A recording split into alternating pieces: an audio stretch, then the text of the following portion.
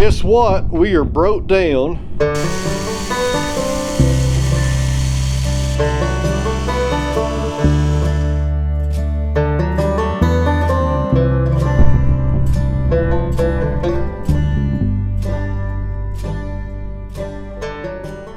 Alright guys, in here making breakfast, got bacon going, got some butter there, getting ready for my egg.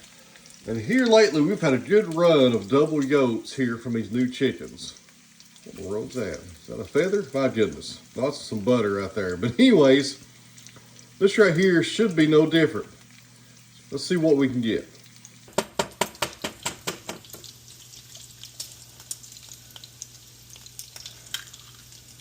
Oh yeah. Another double yolk. Check it out. We get one of these every day, it looks like.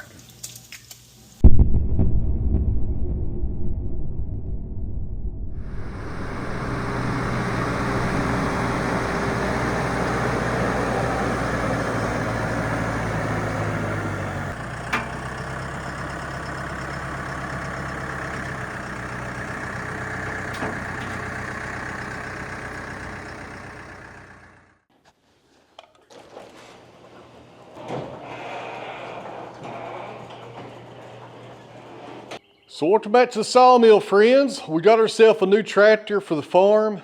It's actually not brand new, but it's new to me. And honestly, I guess you could call it new. It's only got 33 hours on it. Let me show it to you. All right, guys, what we're looking at here is a full-size utility tractor made by New Holland. This is the Power Star 75. 4-cylinder, 75 horsepower diesel. Back here at the PTO, I think it's 70 horsepower back here. It's either 65 or 70, I can't remember. That's pretty close right there. So we'll just start back here. We'll do a little tour of this tractor here before we get our day started. Got a Category 2 3-point hitch on the back, drawbar, PTO, 2 sets of rear hydraulic remotes right there. And if you're not familiar with tractors, a set of hydraulic remotes is 2 of them. So some people might think that's 4, it's actually 2. One set is 2 right there. So we got that going on. Right here in the back of the cab, got windshield wiper, of course, got some good LED lights up there. I think they're LED. I'll have to check on that as well. The manual said LED. But anyways, this tractor right here has something my Kubota does not have. And also, speaking of the Kubota, we cover that real fast. The Kubota is not going anywhere. Right there's our Kubota, or M7060. I bought this in December. It's not going anywhere. This tractor is going to be helping it during hay season. So anyways, where was we? 3-point hitch. My TYM had this little accessory, but the Kubota does not, and this New Holland does have it. That right there. This right here enables you the ability to have the tractor running, be back here and hooking something up, and raise these arms up and down. That's so nice with a cab tractor because it takes a little bit of effort to walk all the way around and crawl back in to adjust these to put an attachment on. If you have this, it takes a step out of the equation, and I think every tractor should have that on it that's built nowadays. I have no idea why Kubota didn't put that on the M series there. They should. And let me see here so I don't forget nothing. Oh yeah, something else that the owner didn't even know was on here when we brought the tractor over a few days ago. It's got rear wheel weights on both sides right there. Those are each 100 pounds on both tires. So we have an extra 400 pounds of ballast right back here on the rear. And these tires also have fluid in them. So we got an extra probably maybe 1,500 pounds of ballast here on the back, just in the wheels. That's a great feature to have right there. My Kubota has fluid in the rear tires, but it does not have those nice wheel weights right there. And if you're wondering why the owner didn't know they were on there, that will make sense to you here in just a minute, and I'll tell you guys how this tractor came to be at my farm. It's pretty unique, pretty amazing story happened over the past few days here. So right here, the previous owner, actually, it's had 2 owners. Let me explain that real fast. So in the last video, that Kuhn disc mower that I bought that you guys saw, that came from the same farm.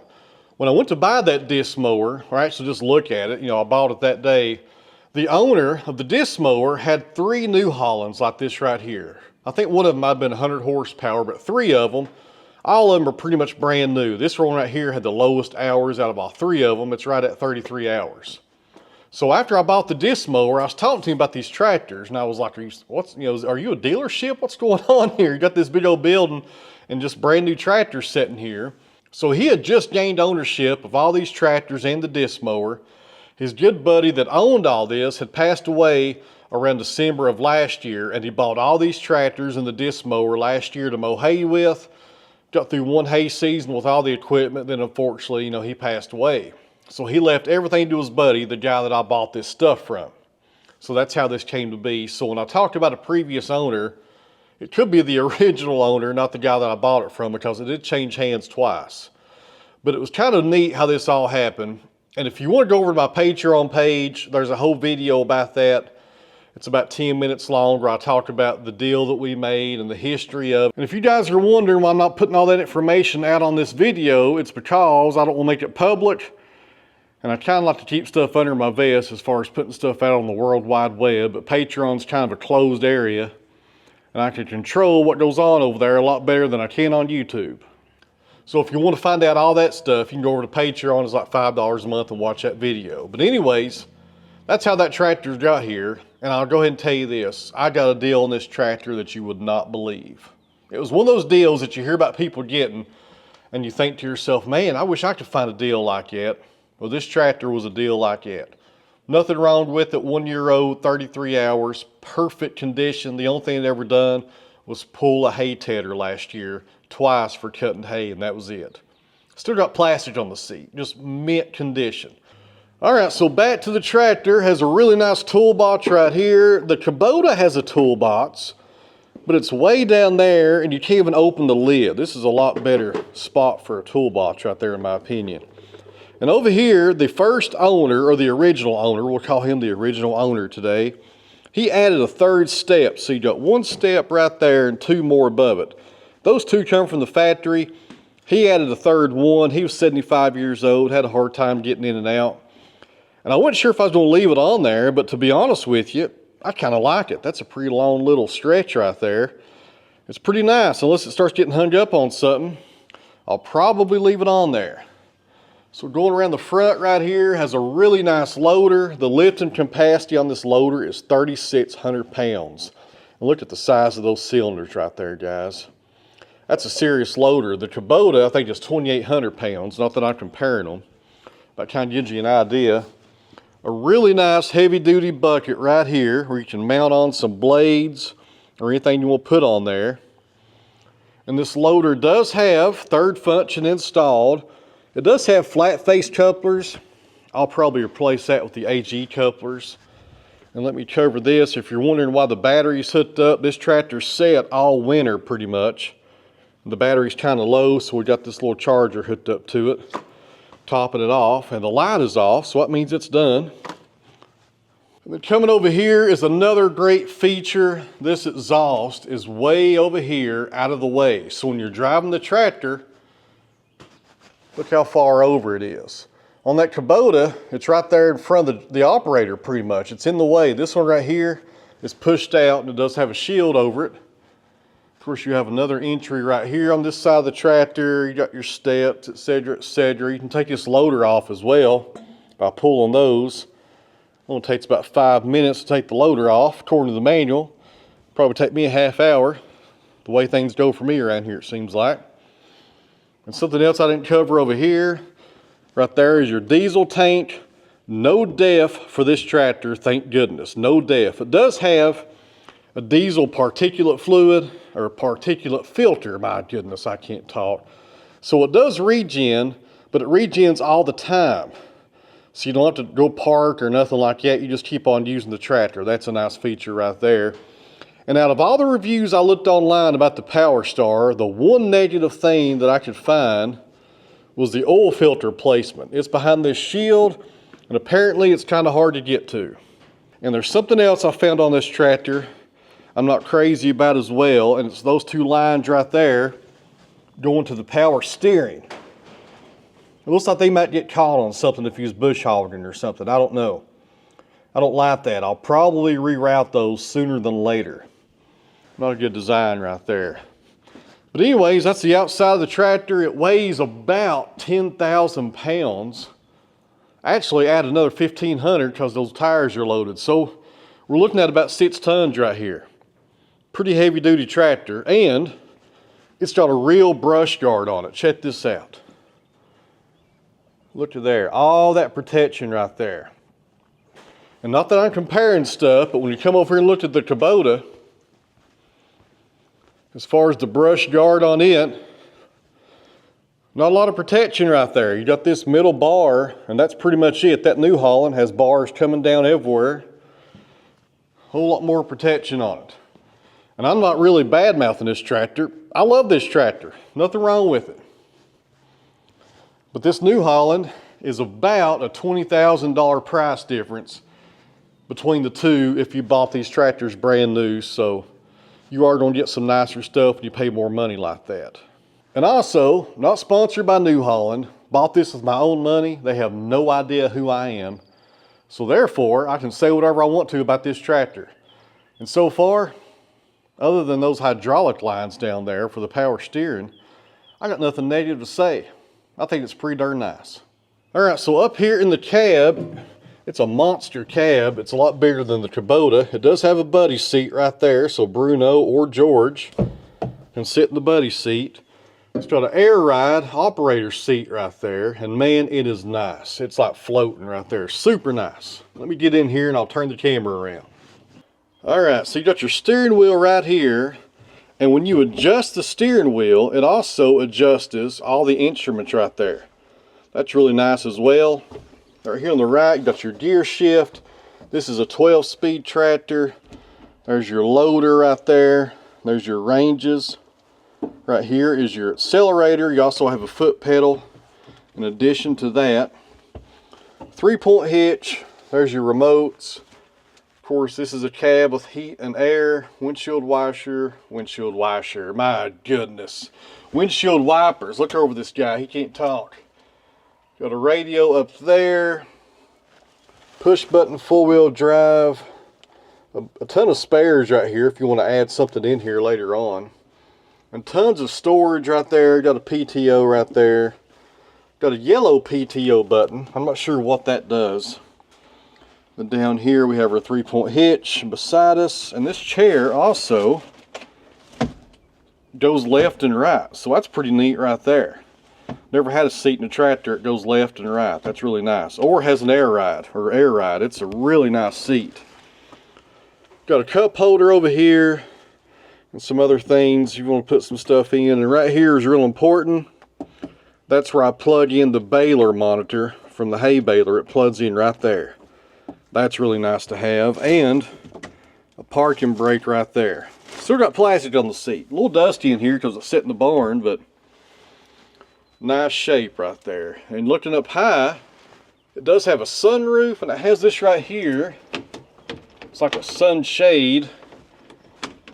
I can't do it with one hand, but take my word for it. This right here comes off. Then there's a full sunroof right there. Really nice setup, and plenty of mirrors. Most tractors I've ever owned had a mirror on the outside, but this one also has one right there. You can see me right there. That's a really nice mirror right there. So a really nice setup here in this cab. It's kind of similar to the Kubota cab, but it's a lot bigger. And of course has this little buddy seat right here. For a second tractor for hay season, I wasn't looking for nothing like this. Because at retail price, it wouldn't have made sense to buy this with the Kubota, just for cutting the hay that I have here. But for the price I got this tractor for, it's just never gonna happen again. I'll probably never run across a deal this good again. That's why it happened. I would have had a second tractor here at some point this year, but it'd been probably a Ford or an older New Holland or something like that, maybe an older Kubota, just to help rake hay and stuff like that. Because this is kind of overkill for our operation as far as having two, 75, 80 horsepower tractors in here, but it sure is nice to have, and I'm glad it's here. But real fast, while I got you guys thinking about this tractor, I need some ideas on those two hydraulic lines going to the power steering. Could I put some hard lines in there or just make those shorter? Or I don't know. I need to do something right there. Now, they're hanging down pretty good. I think before too long you may run across something in the field and maybe rip one of those off. I don't know. What do you guys think? Let me know down in the comments below. All right, guys, the first thing we need to work on today is more shiplap. And that wall right there, guys, looks pretty darn good. I like it. So now we're gonna start on this next section down here. I've got 3 sections to cover, and look over the mess. I'm pulling everything out from the wall so I can get to the wall, of course. Another reason I should have done this before I moved in. But we're starting back here on the back. Now, I've already got some of the rigid foam installed right there against the metal. I went to Home Depot this morning and got some more. But before we even do any of that, I'm totally out of shiplap, so let's head down to the wood shop and get that molder running. And also, if you guys will help me remember, before this video's over, we'll take the Kubota out of here and the New Holland and park them side by side. I'm kind of curious on the size difference here. It's about the same on the height, but I think that New Holland is wider, but I could be wrong. We'll check it out here toward the end. You guys remind me.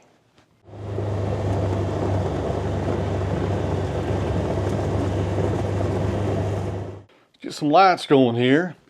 If you're new to this channel, this is our wood shop, and I'll give you guys a little tour here in just a second. All right, friends, real briefly, this building is 30 by 40. It's way too small. I should have made it twice that size. It is a timber frame. I built this several years ago. You can see the pegs right there. Those are made of hickory. That's walnut. Most of the frame is white pine. This is a decent little size shop. I can't complain, I guess. This right here is the molder room. That's a Wood-Mizer MP 260 4-sided molder. It does have its own dust collection right there. Over here we got a wood stove right there. Got some lumber storage. Got my adze collection right there on the wall. And that's actually some pine shiplap that I made here. And this shop isn't done. Nothing's done around here, I don't think, to be honest with you. I need to finish it one day. Over here is a bunch of poplar that just came out of the kiln. Right there, and all that. That's what will be made into shiplap here over the next few days. Then over here is the woodworking side. Got my workbench over there. Got my hand tools in there, miter saw, table saw, more wood storage, dust collection, etc., etc. And this right here is my grizzly planer. And that right there is my hammer 16-inch jointer. A really good machine right there. I don't use that enough. I should use that more. But anyways, we're making shiplap today. And here's all the steps to make shiplap. First you sawmill it, then you kiln dry it, then you take it down, throw it through the edger. You can see those edger marks right there on the sides. Gets it nice and straight.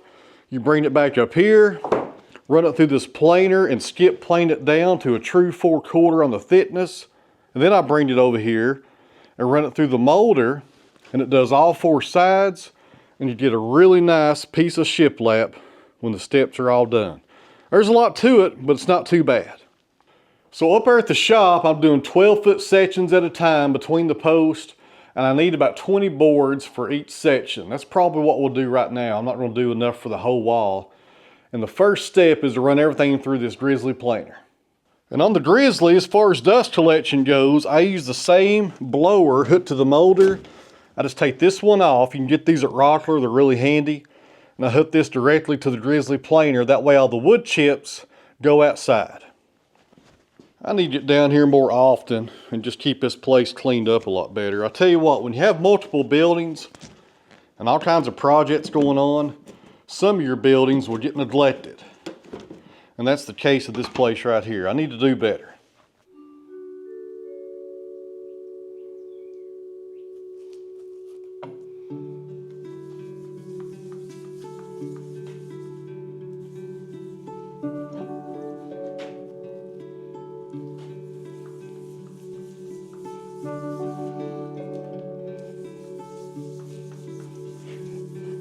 I have always used Johnson paste wax on metal surfaces like this, and I love it. I tell you what, it's the best stuff ever made for something like this. But Some of you guys may not realize this. They quit making that stuff a few years ago. You can't buy it anymore. It's crazy. I have no idea why they stopped. I mean, a can like this I'm using right now on eBay is like $100. It's crazy. Used to, you could go to Home Depot and buy this for like $5. Can't buy it anymore. But I'll share something with you guys, but please don't tell anybody. And if you do, that's okay. I got security cameras down here and an alarm system and all that stuff. But anyways, Johnson's Paste Wax, I think they quit making it. I think they're still in business making other stuff, but you can't get it anymore. And when I heard about that a few years ago, I went out and bought all I could find. Let me show you my little hoard down here. My goodness, I got a light that fell off the ceiling. See what happens? Buildings get neglected, my goodness. Anyways, right here, guys, I bought as much of this stuff as I could find. And I have a lifetime supply of Johnson's Paste Wax right there. Now, I think I got 20 of them total. And you can put these on eBay and probably get $2,000 for them now. It's crazy. But that right there should last me and Bruno and whoever owns this farm after him probably the next 100 years worth of paste wax. But that stuff's great. I have no idea why they quit making it. If anybody knows, let us know down in the comments.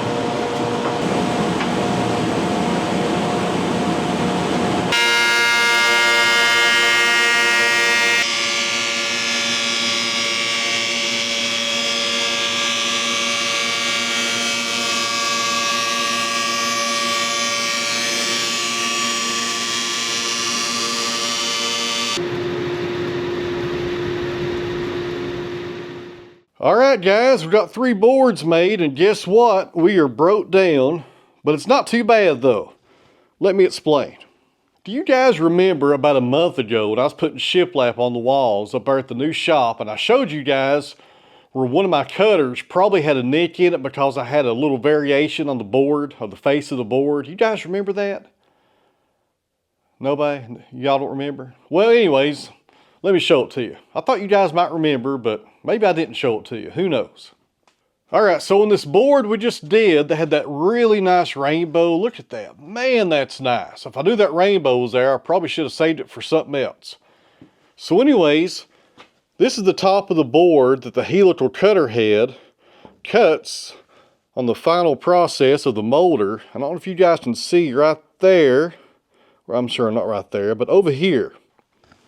If you guys can tell, there's a little line going straight up and down right there because there's a nick in one of the cutters. And I identified that on a previous video and I forgot about it today. But right here, let me find it here. Which one is it? Right. Gotta be careful here. I'll cut my finger right there.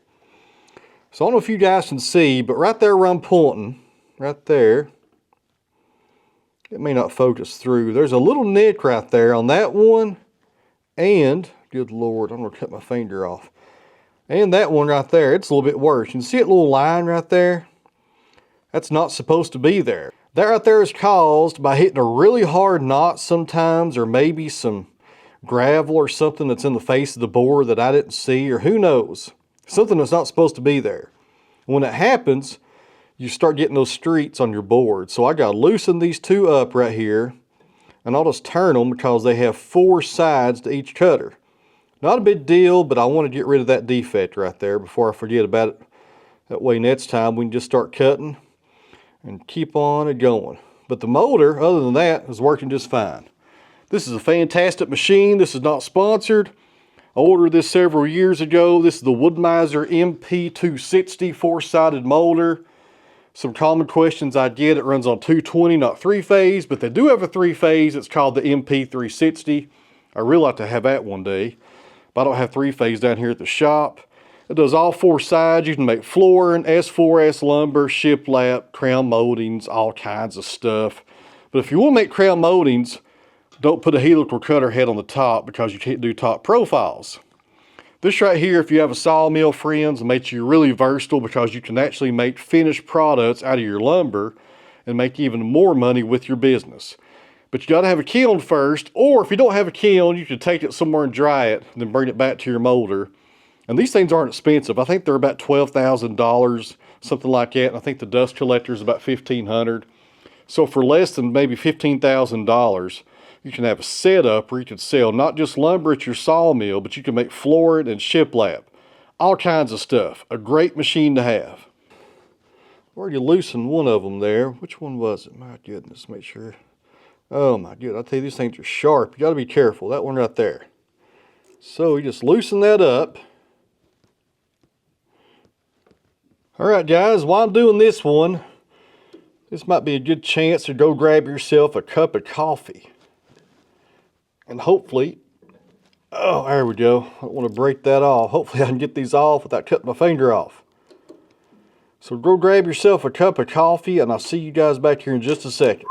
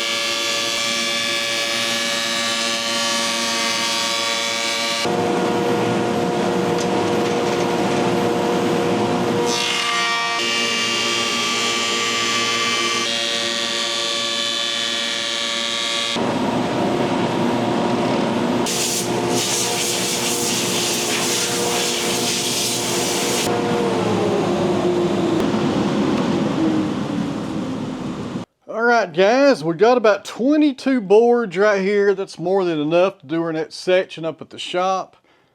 I'll tell you what, friends, this poplar has some character to it right there. You can't go to a lumber store and buy shiplap that has that character right there. Got some spalting going on right there. Got some rainbow on some of it.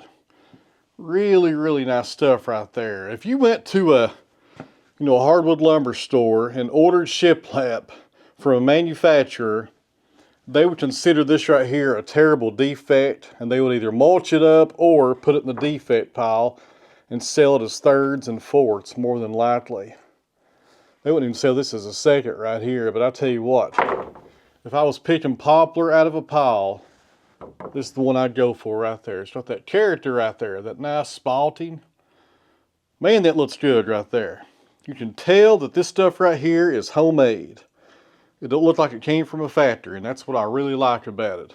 It's pretty satisfying when you have the equipment to take a log and go through the entire process and then come in here and run it through the molder, and you have a finished product that you can either sell or install.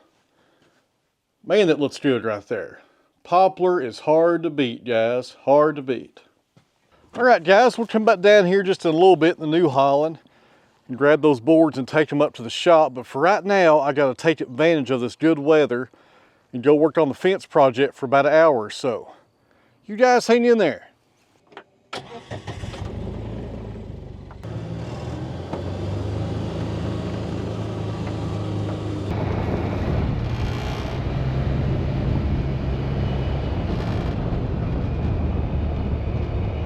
All right, guys, so on the fence today, I need to install a few of these horizontal H braces. And real fast, somebody asked in a previous video, why are you putting a gate right there that pretty much goes nowhere?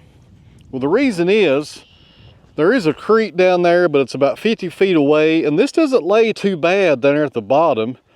And it's actually not too wet, to be honest with you. And I got some plans on some stuff I want to do down in here. I might put goats in here, or I may just clear it out and make the pasture even bigger one day. But if I come up here and want to do something, I don't have to walk way down there to the main road and come up around. This way I can access it halfway down the field. So that's the main reason the gate's right there. I don't want to close myself off. And also the second question I got was, are you ever going to finish this fence project? So the answer to that is pretty obvious. We're going to finish this fence this year, but I'm not in a hurry. And some people ask why I jump around sometimes during the day on what I'm working on. I got to take advantage of nice weather. And I have a fence quota every day on how many posts I want to come up here and get done, or H braces or gates or what have you. And I like to do that stuff during the day. And then like a shiplap, I can do that in the evening and at night when it's dark outside. So that's why I kind of jump around sometimes, taking advantage of the weather. But we are going to finish this fence this year, but I'm not in a hurry. I need to build a barn up here. I got to put a few more gates in, and I'm not bringing any cows in here until after I go on vacation this summer. I don't want to go on vacation and have fresh cows in here, you know, been here for a couple of weeks and get a phone call saying they're out or something like that. Once the cows do arrive, I want to be here all the time just to make sure everything's okay for the first couple of weeks. So right here is the last post in the ground, and we're going to stop right there on the fence and come down through here from where I'm standing all the way to that metal building down there. The property line is about 5 feet from that metal building. We're going to bring the excavator down here and that little bomber-like mulching head I have for it, or flail mower, whatever you want to call it. I think it's a flail mower. We're going to clean all this up all the way down through here. We'll start right there and go all the way to the end. And what's too big for the flail mower, I'll just use the excavator and dig it out.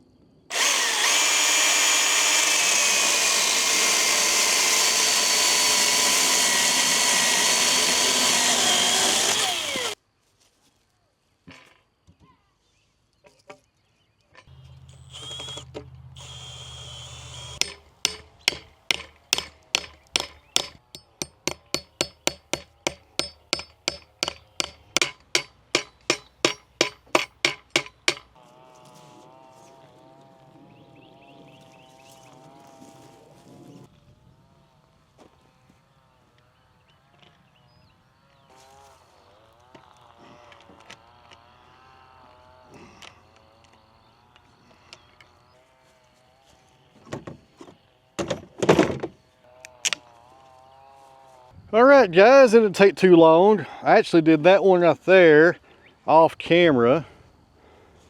Then I did that one with you guys. We got one more to go way down there in the corner. And I need to put these 4 posts in, but I'll probably do that in the morning. I don't think I'll grab the, or drag, the bomber light up here tonight.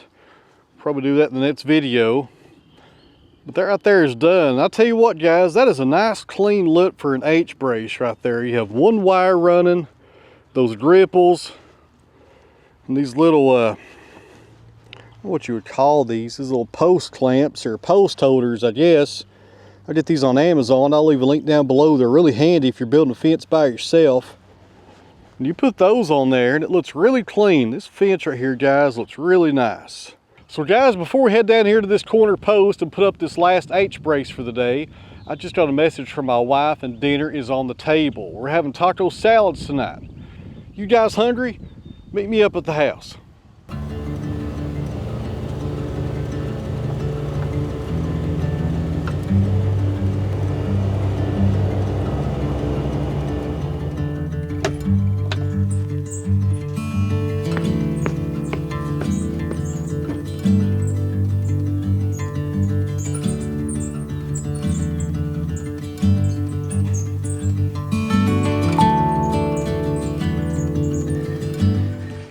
Bruno, how's the taco?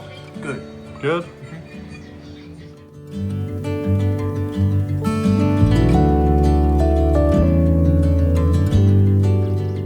Well, guys, it looks like they're back again. I have learned they have a name. One of them's name is Willie, and the other one's name is Hank. Come on up here, guys. I'll give you a treat. Come on. So this one right here, his name is Willie. How we doing, buddy? You can hear my dogs in the house. They don't like this right here. They'll get over it. This right here is Hank. Your owner must be a country music fan.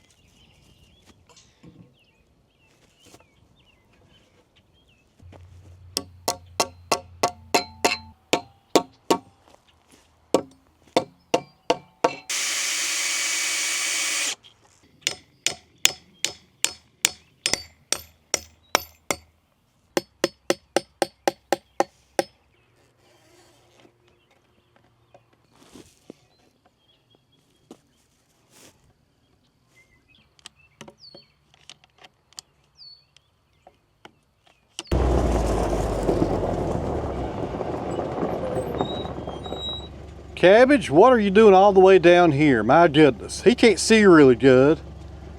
Hopefully he finds his way back home. He's way down here. He sleeps up there in the garage. My goodness, Cabbage. Turn around, buddy, make your way back home. If you don't, I'll come get you. But I'd rather you go home on your own. You're heavy.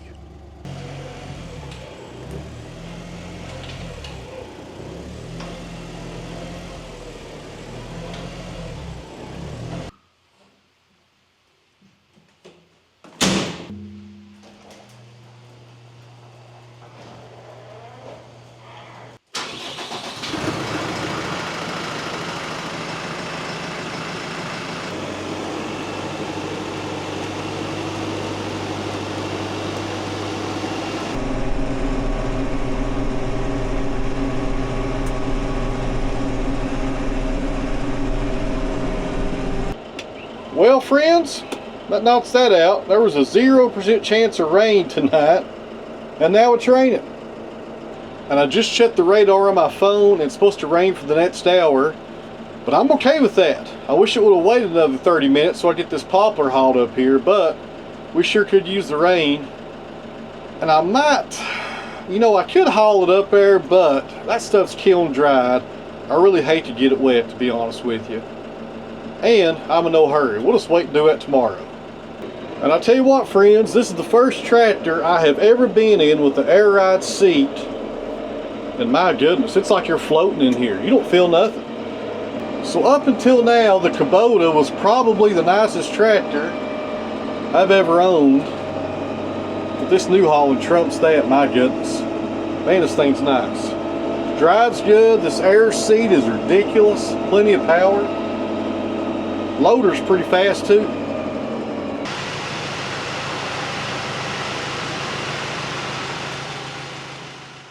Well, the rain ended. Didn't last too long, but it was better than nothing. And my goodness, guys, look at that sunset over there. Man, that looks nice right there. We get some really nice sunsets over the mountain right there. Well, even though it stopped raining, I think I'll wait till tomorrow to bring up those shiplap boards. It's already going on. Gosh, it's 8 o'clock already. I think I'm done for the day. So guys, in closing here, thanks for watching. I really appreciate it. And if any of you have a New Holland Power Star 75, let me know down in the comments what you guys think about it. Maybe some stuff I should look out for. Because I've never actually owned a large New Holland like this. I owned a New Holland 25 horsepower a few years ago. It was a little, kind of like the TYM 25 for mowing. Really good tractor, but pretty small. Nothing like this right here. So guys, in closing here, thanks for watching. I really appreciate it. If you don't care, hit the thumbs up button. It don't cost you nothing. Make sure that you are subscribed to the channel and hit that hype button also. They say that helps these videos out as well. And I'll take all the help I can get. So guys, I'll see you on the next one. Thanks for watching.